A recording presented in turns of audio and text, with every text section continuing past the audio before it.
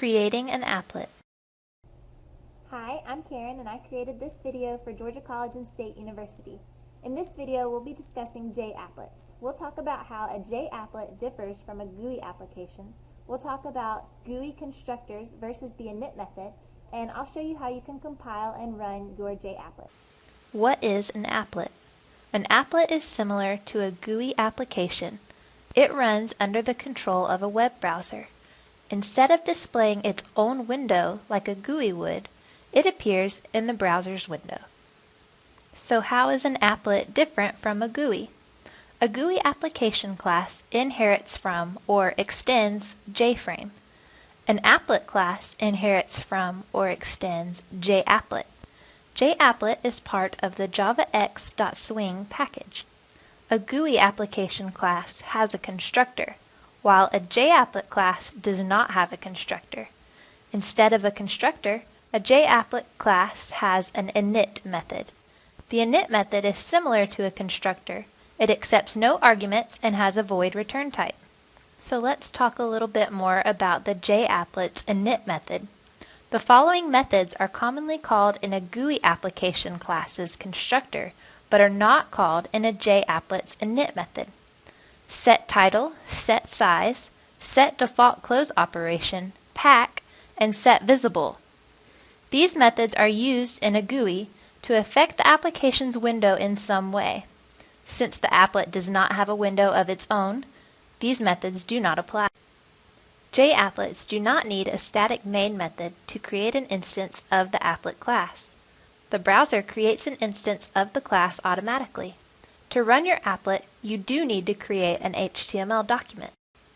Create an HTML document with an applet tag. The general format of this is shown below. Here's your applet tag, applet code. Filename.class represents the name of your program's .class file. Remember, your program's .class file is named the same as your .java file and is created when you compile your code. You can specify the width and height for your JApplet by replacing wide and high with a specified width and height in the form shown below. Next we have your closing applet tag. Remember, this HTML applet tag will be stored in an HTML document, which means you can choose the name and save it with a .html ending. So right now we're looking at an example of a program that extends a JFrame. Yes, a JFrame, not a JApplet. And so let's look into this code a little bit. We have our class constructor. The purpose of this program is to enter the distance in kilometers, and we're going to calculate it into miles. So we set our title, set our size, set default close operation. We have a calc button with an action listener, and add everything to the panel, set visible to true, and then have the actual calculations inside the action listener. And so we're going to compile this and run it as a JFrame. And you can see here that this little window is brought up. And we can enter the distance, 78, calculate, and it says this is 48.47 miles.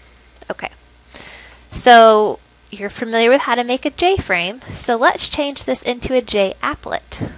We already have everything that we needed imported for the JApplet, so instead of saying extends JFrame, we're going to say extends J. We don't need to mess with the logic of our code any, but remember, like we talked about, JApplets do not have a constructor. So instead of this constructor, show window to, we're going to say public void init. We can keep just about everything the same inside the init method, but we're going to get rid of any methods that affect the window. So set title can be gone, set size, and set default close operation. Lastly, we can delete set visible, and on down to our action listener. Everything can stay the same. And at the bottom we have our main class that's required to run a GUI application, and we can get rid of it for a JApplet. We can recompile our code But remember, we cannot run it inside this because we don't have a main method. So we pull up a text file. So you could say file new plain text.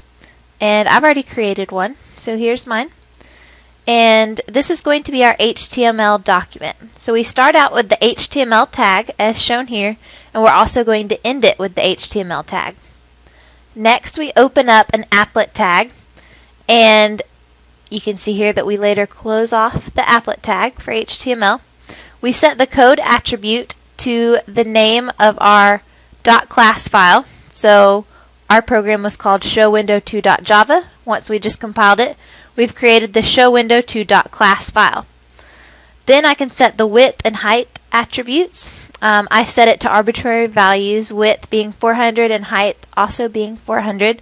That way it should be a nice sized square. So now you've actually created your HTML document. So just remember that when you go to save it with the ending .html. So I'll save it. So let's run our applet now. As you can see here, it appears with a browser icon now. I have Google Chrome as my default browser. Whatever yours is, it should display with that icon. And all we have to do is double click it. It'll bring up Google Chrome. Sometimes it needs your permission to run Java. You've created the file. It should be safe. And here you can see our JApplet running. It's size 400 by 400. And we can enter in a distance, and it calculates it. Watch out for common browser errors. If you compile your code with JDK7 and your browser plugin is JRE6 or older, your browser will not understand your applet. Your applet will not display, and you'll get a similar error code. This particular error code is unsupported major.minor version 51.0. In such a situation, you'll need to update your Java plugin or switch to proper version if you have more than one. I hope this video has helped you understand what a JApplet is and shown you how you can create one of your own.